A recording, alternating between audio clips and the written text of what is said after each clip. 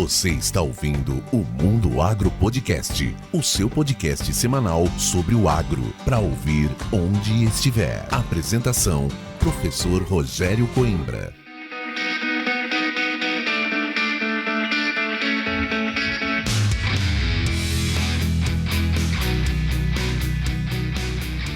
Começa agora mais um episódio do Mundo Agro Podcast, o seu podcast semanal sobre o agro para ouvir onde estiver e quando quiser.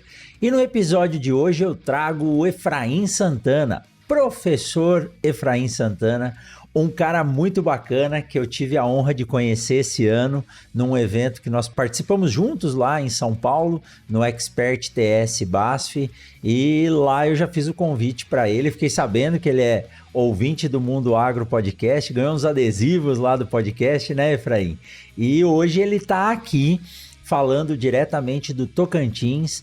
Professor Efraim é especialista em proteção de plantas. Ele vai contar um pouquinho para a gente da história dele ligada ao agronegócio e também sobre a agricultura no Tocantins. Ele é professor na Unitins, na Universidade Estadual do Tocantins, fica ali em Palmas, ele mora entre Palmas e Porto Nacional e é uma região muito importante para a agricultura. Ele vai falar o porquê disso, principalmente para a cultura da soja. Professor Efraim, seja muito bem-vindo ao Mundo Agro Podcast, é uma honra grande tê-lo aqui para bater um papo conosco e contar um pouquinho da sua história e falar desse agronegócio aí que se expande para os 4 cantos do nosso país. Maravilha, Rogério. Muito obrigado, professor. É uma honra participar do Mundo Agro. Sempre acompanhei e gosto muito, acho que tem pontos bem interessantes aí. É uma honra estar participando aqui com vocês. Joia, muito bem. E Efraim, nessa abertura eu contei um pouquinho, fiz um briefing da sua história, mas a gente queria saber como é que o Efraim chegou no agronegócio, qual que é a sua ligação com o agro, que te levou a estudar aí a agronomia e hoje trabalhar com proteção de plantas numa região que a gente dizia antigamente que era de fronteira, mas não, né? O agronegócio está muito forte aí no Tocantins, né? Que é o Matopiba, Maranhão, Tocantins, Piauí, Bahia e por aí vai, né? Daqui a pouco entra o Maranhão já é, daqui a pouco estamos lá no Acre, Rondônia e assim por diante. Justamente, Rogério. Acho que quando a gente fala de história, todo mundo tem uma história, tem um passado. Eu, particularmente, comecei cedo no agro. Comecei quando fiz técnico agrícola. Não sou filho de produtores, né? Meus pais são professores e, de certa forma, não tinha nenhuma relação com o agro, né? Com o mundo agro. Tudo começou quando fiz um colégio agrícola lá em Jales, São Paulo. Diga-se de passagem, sou paulista, né? Estou aqui no Tocantins há 8 anos praticamente. Mas a minha história começou lá aos 15 anos, quando eu fiz um colégio técnico em agricultura, depois parti para a agronomia, né, para o mestrado, doutorado, sempre me encontrando, né? Então eu posso dizer que sou um profissional, sou uma pessoa muito feliz e realizada profissionalmente. Tudo começou desde criança, vamos dizer, né? Comecei a trabalhar já na faculdade, já na agronomia com a entomologia. Tive a honra de trabalhar 12 anos com o nosso saudoso professor Edson Baldin, que nos deixou recentemente. E fiz história, né, na entomologia junto com ele, né, fomos sócios, trabalhamos lá em Botucatu durante muito tempo e posso dizer que sim, sou uma pessoa realizada hoje profissionalmente. Que joia, Efraim.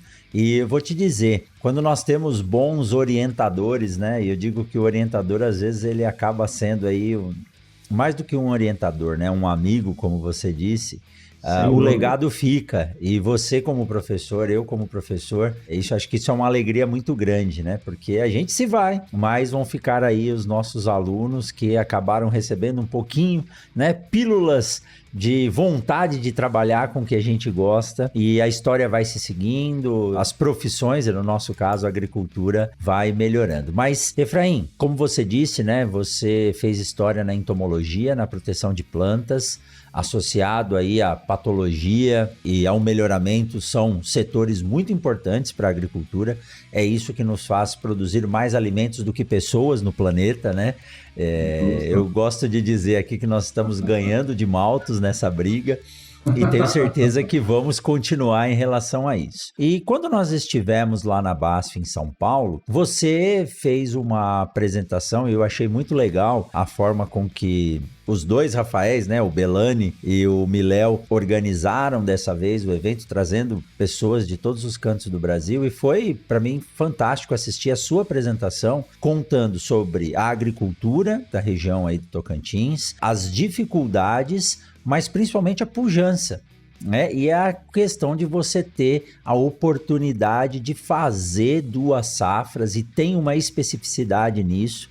Nós não vamos contar agora, vamos contar para quem ficar até o final do episódio para poder saber o porquê que a gente consegue fazer essas 2 safras de soja nessa região. Mas conte para nós um pouquinho disso, né? Nós estamos gravando hoje aqui no dia 18 de outubro. Antes de começar a gravação, a gente já tocou no assunto da chuva. Esse é um ano de El Niño, a falta de água e o calor excessivo está realmente maltratando a lavoura, né? Deixando o produtor preocupado. Aqui a semeadura segue a fortes passos, nós estamos já com um pouquinho mais de 50% da área plantada e as plantas estão sofrendo muito no campo. Hoje, Sinop marcou 43 graus. Então você imagina como imagina mesmo, porque eu sei que o Tocantins aí é tão quente quanto aqui. Então nos conte um pouco dessa apresentação que você fez, traga para nós esse relato do que é a agricultura no Tocantins, quais são as regiões hoje que é possível fazer 1, 2 safras, quais são as dificuldades em termos de manejo da cultura, manejo de pragas e doenças, né? A sua área específica aí é pragas. E vamos falar o que é a evolução da agricultura, como o melhoramento se faz aí na sua região para nos trazer os materiais com evolução tão rápida, né? Se não fosse isso, vou dar um spoiler aqui, a gente estaria muito atrasado em termos dos materiais que plantamos hoje, principalmente de soja, né, Efraim? Justamente, Rogério. Eu posso dizer que nesse curto espaço de tempo que eu estou aqui no Tocantins, eu vi muita coisa mudar. Eu me lembro quando cheguei aqui em 2016, né, cheguei pela universidade, né, quando eu me tornei professor, e acompanhei, de certa forma, o crescimento, principalmente da sojicultura. A gente tinha aqui no Tocantins, né, claro, sempre tem os produtores mais antenados, aqueles mais dispostos a experimentar e entender, né, situações locais, mas há uma grande questão aqui, diga-se de passagem, que muito do que se realizava era simplesmente uma cópia de manejos do Sudeste, do Centro-Oeste e até do Sul. Então o Tocantins avançou muito nisso, Rogério, quando a gente fala de manejo, né, de tecnologias próprias, né, entender o que acontece aqui. Agora há pouco você comentou a respeito do clima, né, e historicamente nós temos aqui um clima muito quente, tanto é que muitas, se não todas, né, as empresas de melhoramento têm unidades aqui na região. Então, por esse clima ser homogêneo, né, um clima quente durante o ano todo, isso possibilita, né, o trabalho de cruzamentos de materiais, desenvolvimento de materiais, e nisso nós temos avançado muito. Avançamos bastante na questão de desenvolver materiais próprios, tecnologias próprias, né, e até manejos apropriados para a situação local, quando a gente chama aí para a parte da fitossanidade.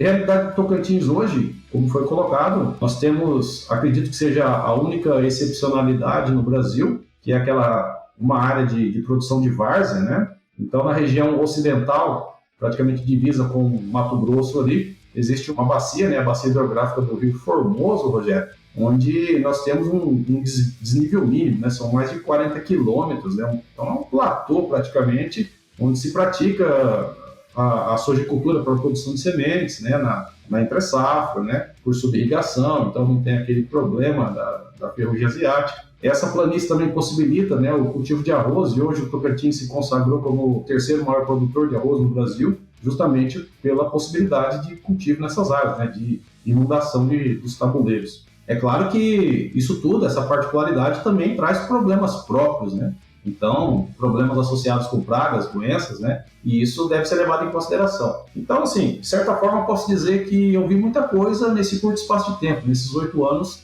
eu vi muita coisa mudar e as coisas acontecem de forma extremamente acelerada, né? Você dorme e no outro dia, quando acorda, já tem muita coisa nova.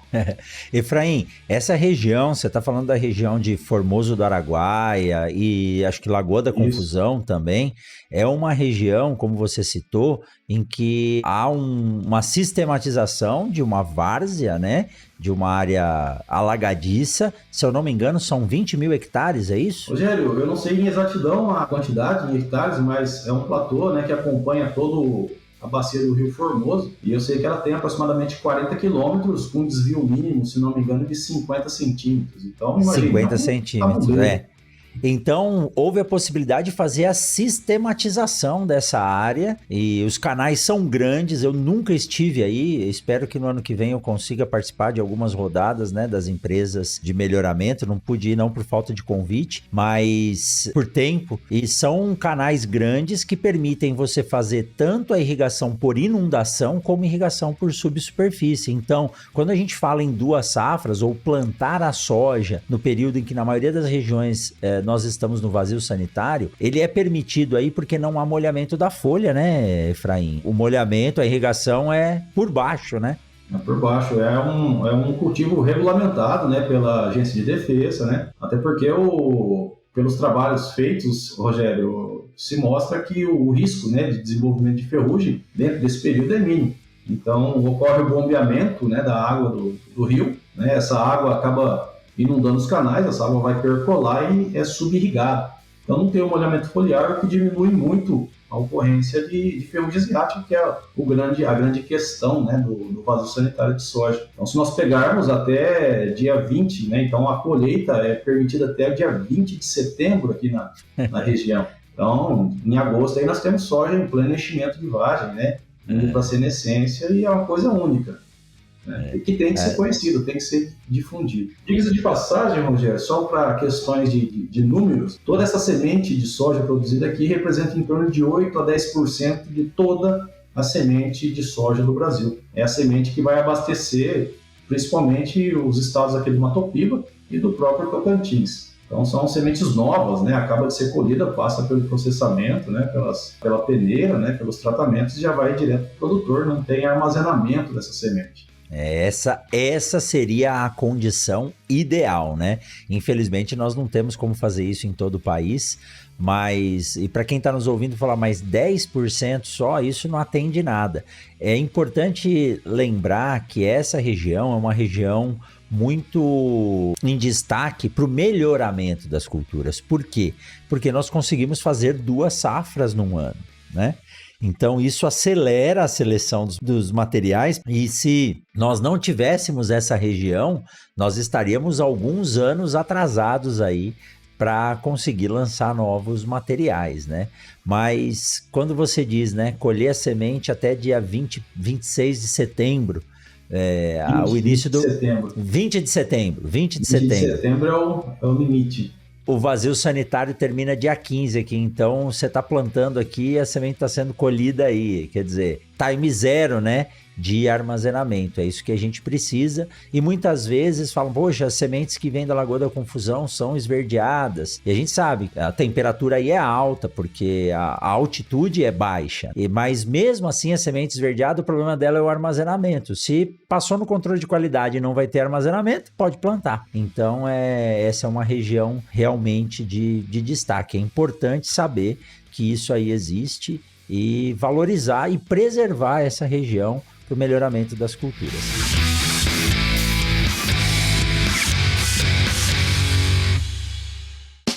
Siga o Mundo Agro Podcast nas redes sociais: Instagram, Facebook e Twitter, @Mundo Agro Podcast.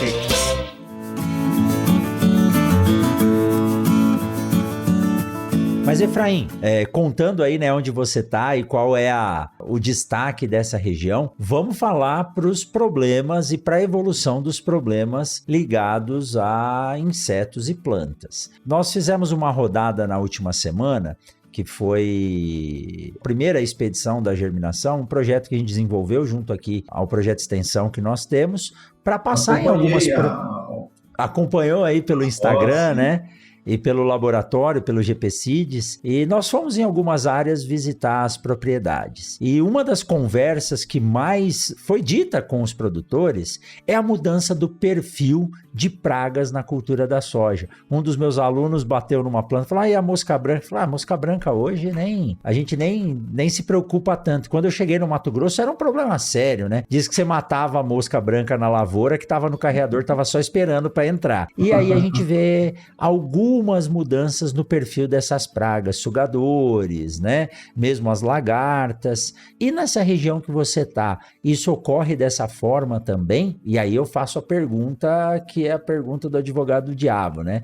E essas culturas plantadas em subsequência com o mesmo nicho de alimentação dos insetos, isso favorece uma ponte verde? Vocês têm mais dificuldades aí? Rogério, vários pontos aí para a gente pegar uns ganchos, né? Então, nem tudo são rosas, infelizmente, né? A gente sabe que se temos particularidades positivas, também temos problemas locais. Essa questão de uma ponte verde, né?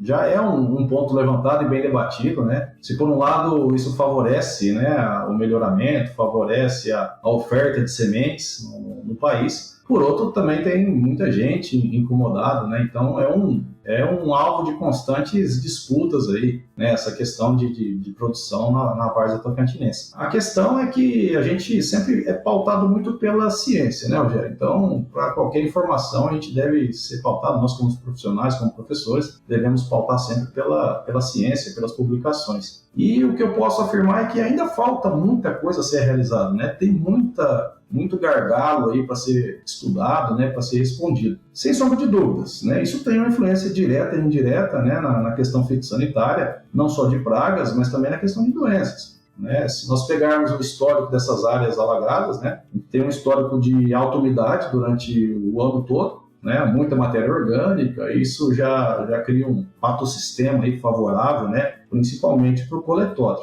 Então, puxando aí o problema para a região local, nós temos observado sim. Né? Então, lá na Sanveg, onde eu atuo lá como pesquisador também, é uma empresa privada, nós temos analisado alguns lotes de sementes e a gente tem constatado, né, coletótipo truncato, né, que são os grandes causadores aí de antracnose. E isso, de certa forma, tem sido negligenciado aqui no Tocantins. O produtor não se atenta, né, ele acaba focando mais em algumas doenças mais comuns ou mais conhecidas, como mancha-alvo, e acaba deixando a questão de antracnose de lado. Então, sim, nós sabemos que esse patossistema favorece, né, o coletótipo, né, os grupos dos coletótipos, aí, porque não é só uma espécie, né, são vários causadores. E outra questão também, Rogério, que eu acho que vale a pena ser pontuado aí, é a questão das diferentes grupos, né, genéticos dentro de coletótipo truncado.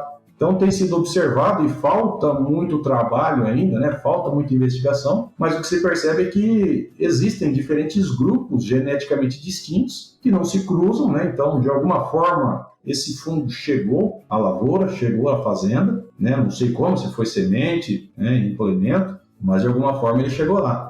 E isso tem gerado algumas dúvidas, né? Tem levantado alguns pontos aí, principalmente em eficácia de fungicidas. Por que um fungicida tem sido eficiente na mesma variedade em algumas fazendas, em outras variedades, por exemplo, a antracnose tem explodido mais, né? Tem incidido mais. Então, sem sombra de dúvidas, né? Pautado pela ciência, pela pesquisa, acredito que tem muita coisa a ser feita. E aí fica o convite também, professor, para nos ajudar aí, né? Formar alguns grupos de estudo para a gente avaliar. É uma demanda, é um gargalo.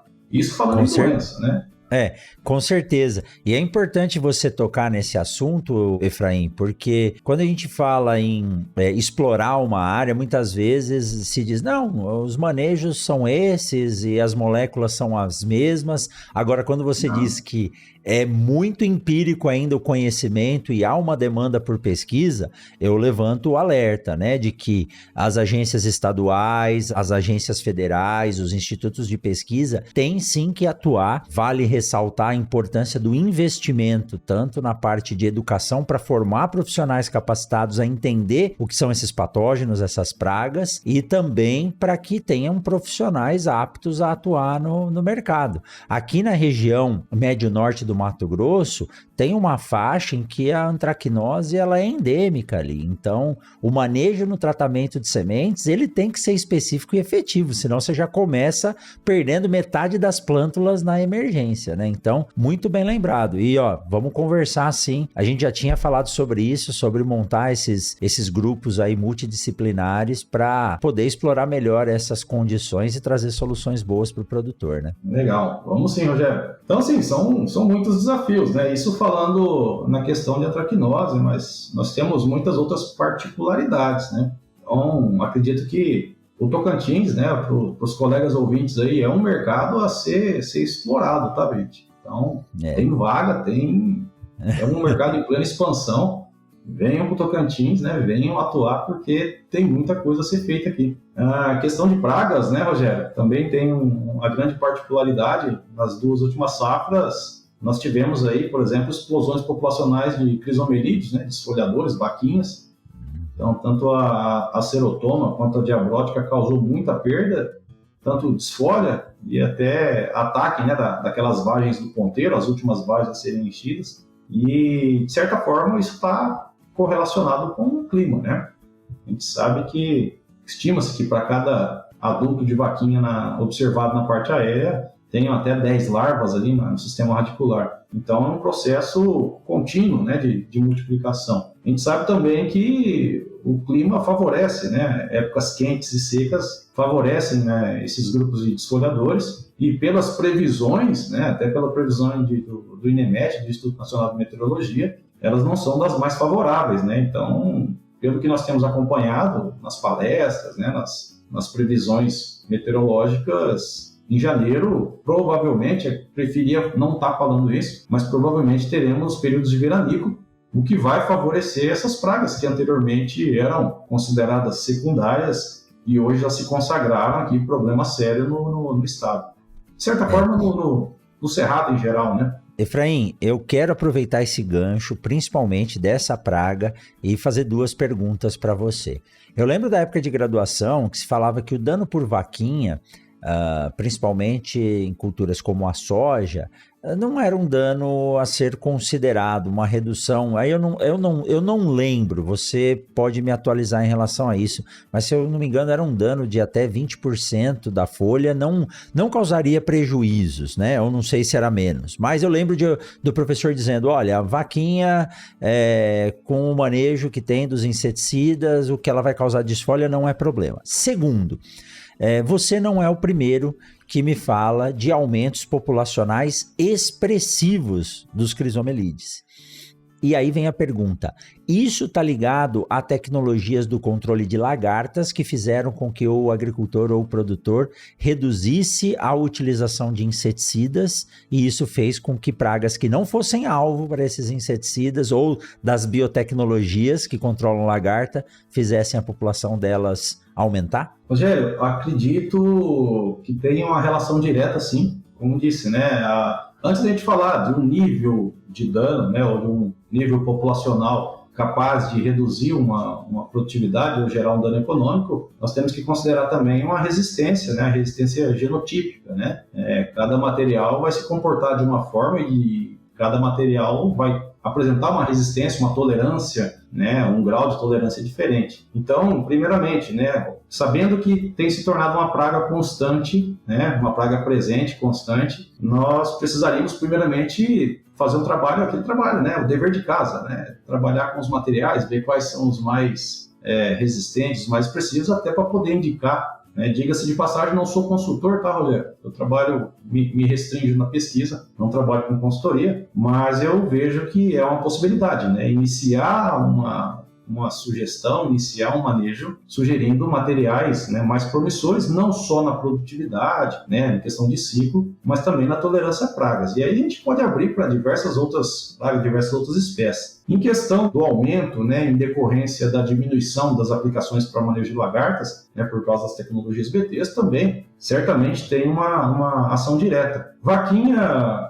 Eu me lembro na época de graduação, né, sempre que a gente plantava os ensaios ou montava alguma arinha ali de soja, ela sempre atacava, sempre foi uma praga presente, desde a germinação, atacando as primeiras folhas, cotiledonares, mas também, Rogério, a gente percebia que era uma praga de fácil manejo. Qualquer piretróide ali já dizimava e já resolvia o problema rapidamente. O que nós temos percebido hoje são populações, acredito eu, tolerantes, né, a esses grupos químicos. Então a dificuldade tem aumentado, não só em função da entrada dessas tecnologias BTs, mas também pelo desenvolvimento, pelo possível desenvolvimento. É claro que isso tem que ser validado, mas pelo desenvolvimento de tolerância às moléculas aí que estão no mercado. A gente sabe que o produtor, quando conhece um produto pela primeira vez, né, acaba gostando tanto que fica usando ele 5, 6, 7 anos seguidos, até tornar aquelas populações tolerantes. E a tolerância, né, a resistência da praga à molécula, ela é regional. Quando não manejada regionalmente, a tendência é expandir, né, para as demais regiões vizinhas. Então, eu acredito que são uma soma de fatores, Rogério.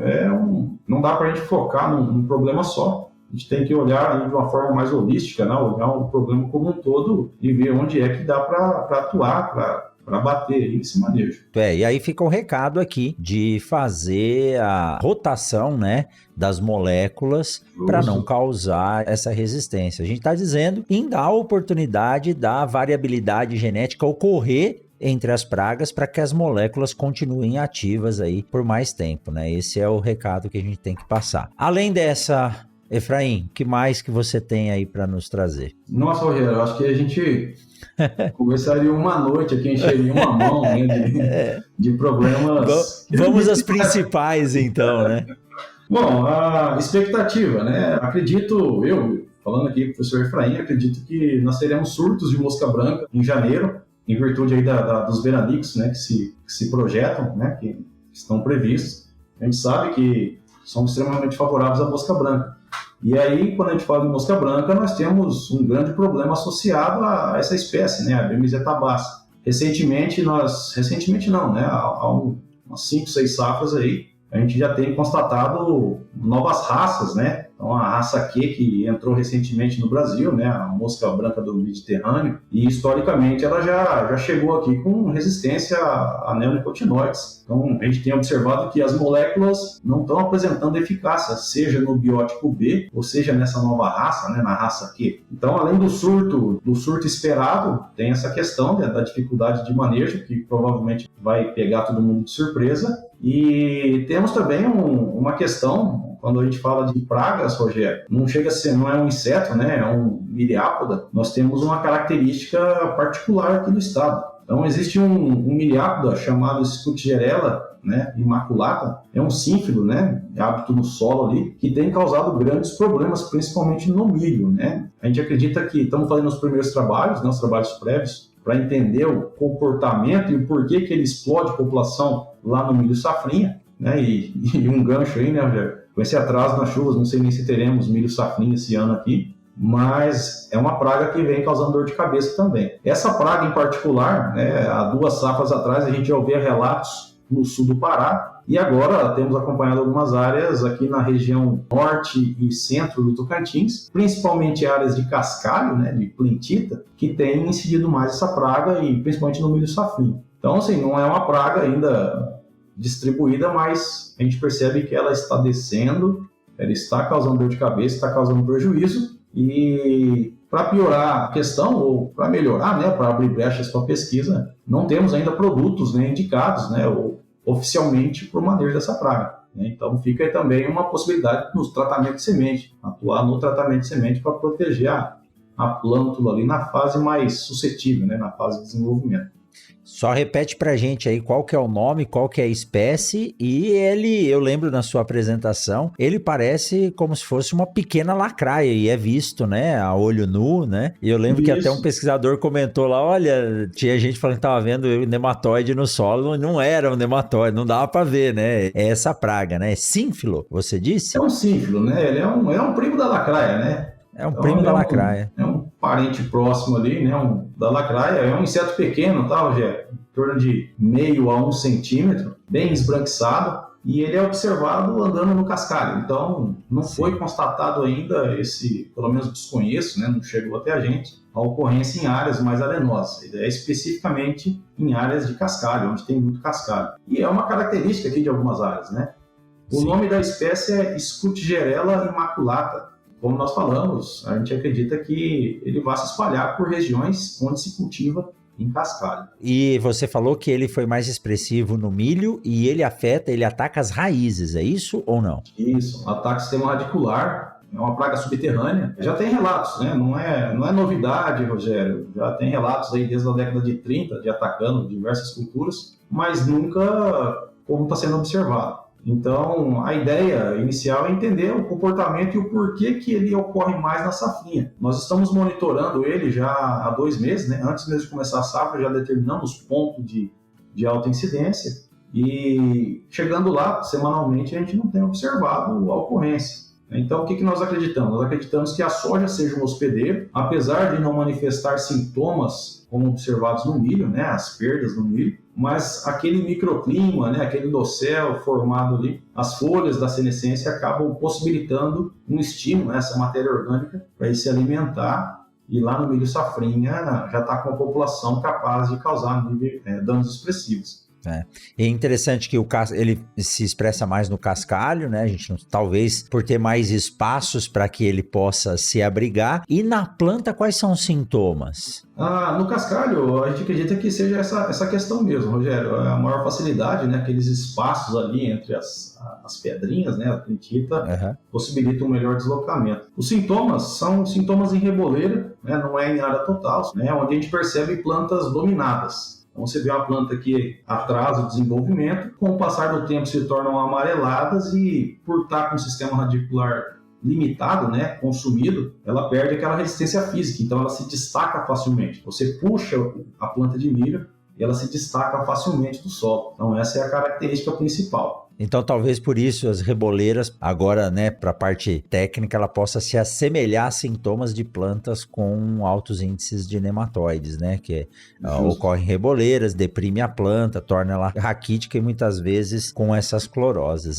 Os desafios são grandes, eu juro para você que eu não conhecia essa praga e vi na sua apresentação lá em São Paulo. E os microsugadores, isso tem se destacado aí como aqui também? Eu estou falando de tripe, né? Um pouco de cigarrinha. Você tem também essas ocorrências nessa região, professor Efraim? Rogério, aqui é um caldeirão de Antes não, né? Antes não tivesse, né? Antes não tivesse. Bom, a cigarrinha é um problema, eu digo, talvez seja um dos principais locais, né? De um problema com esse inseto, com esse sugador, né, Rogério? Pelo menos pra gente, nessa região central aqui do Tocantins. Entenda bem, empresas sementeiras cultivando milho, né, melhoramento de milho embaixo de pivô o ano todo, Monte Verde e essa cigarrinha migrando, né, para as estações de pesquisa, para as áreas experimentais e para as áreas de produtores. Então é um outro problema, né, a dificuldade. Inclusive, tem relatos aí de produtores que desanimaram, né, que já não vão plantar milho em virtude dos enfesamentos ocasionados, porque a pressão é muito forte, a dificuldade de manejo tem se tornado cada vez maior, medidas aí desesperadas, aplicações semanais, né? De certa forma, economicamente até inviáveis, considerando o custo atual aí do cereal, né, Rogério? Sim.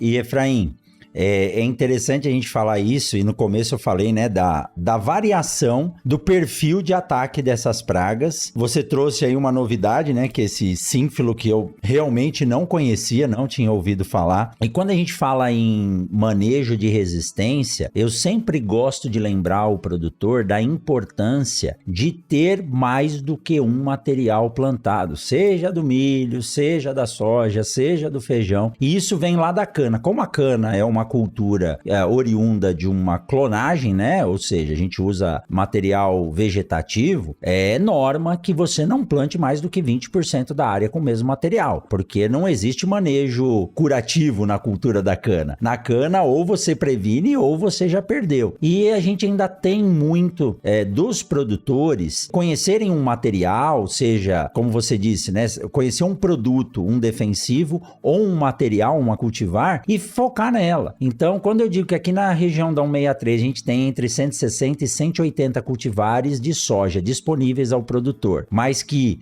80% da área está ali entre 10 e 12 materiais, se não tiver em menos, né?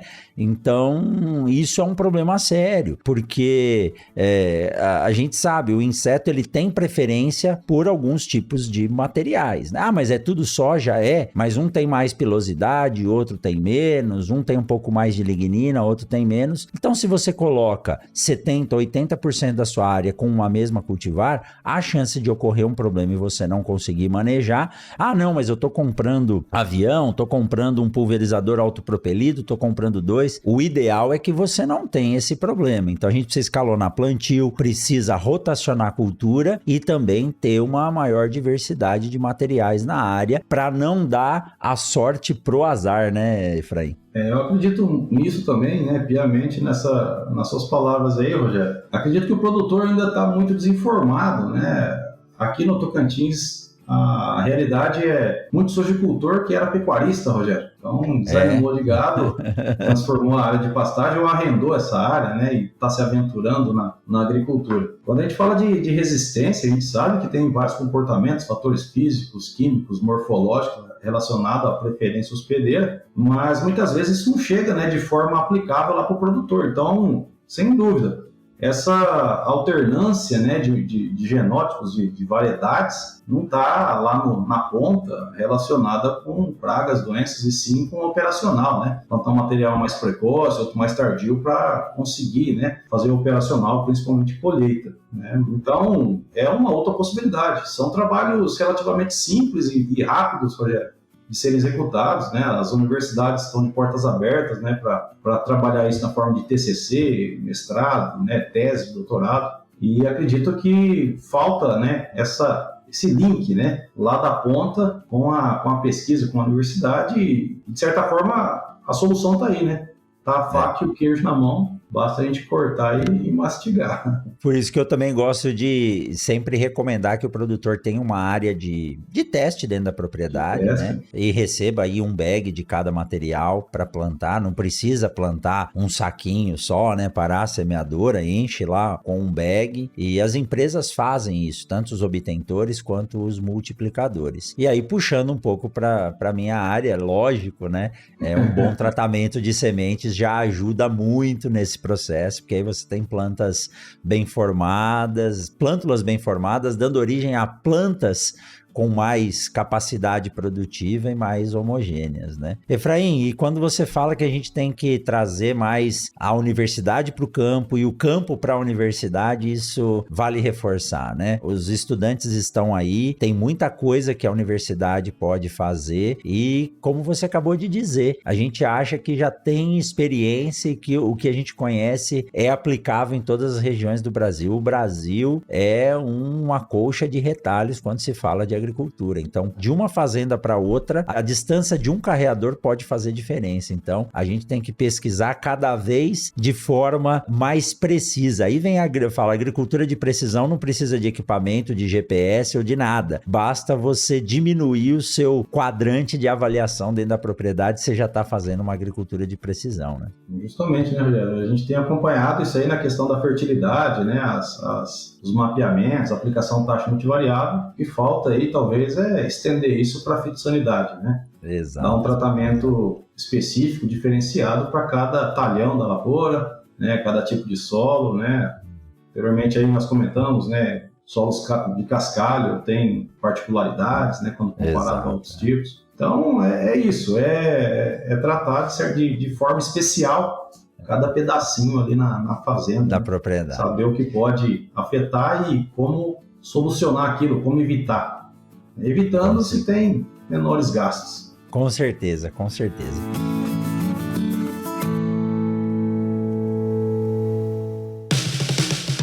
O Mundo Agro Podcast faz parte da Rede Agrocast, a primeira e maior rede de podcasts do agro do Brasil. Acesse www.redeagrocast.com.br.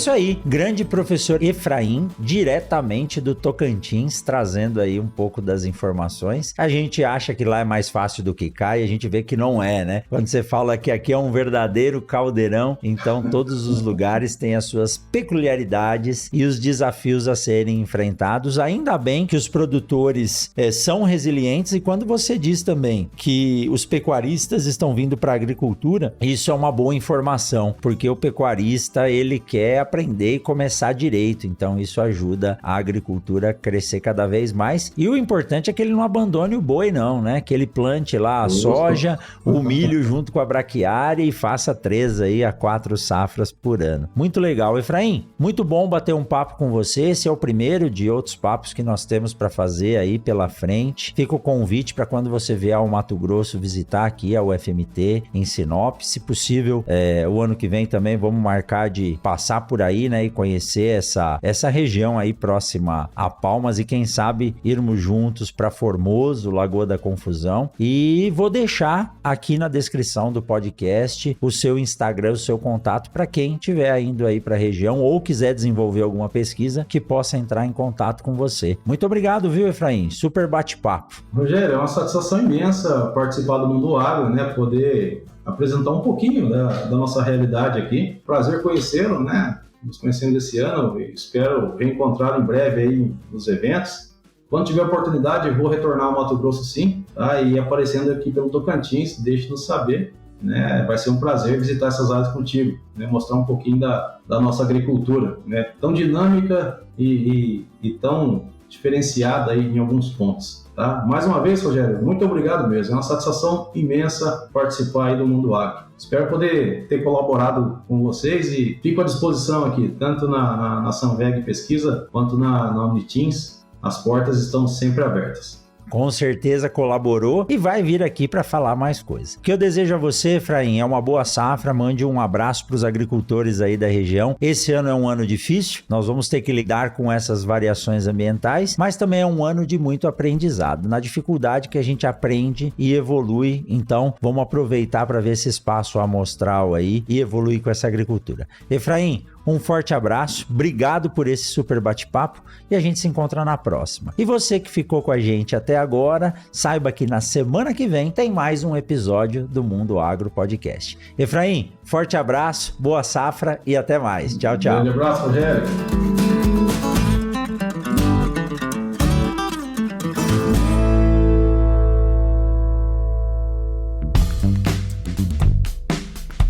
Você acabou de ouvir o Mundo Agro Podcast, o podcast semanal sobre o agro disponível na sua plataforma de áudio preferida e agora também no YouTube. Siga o podcast no Spotify ou na Amazon, assine no Apple Podcasts, se inscreva no Castbox e favorite na Deezer. Assim você receberá uma notificação a cada novo episódio publicado. Eu sou o professor Rogério Coimbra e encontro você na semana que vem em mais um episódio do Mundo Agro Podcast.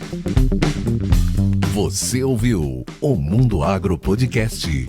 Informações, novidades e muito mais.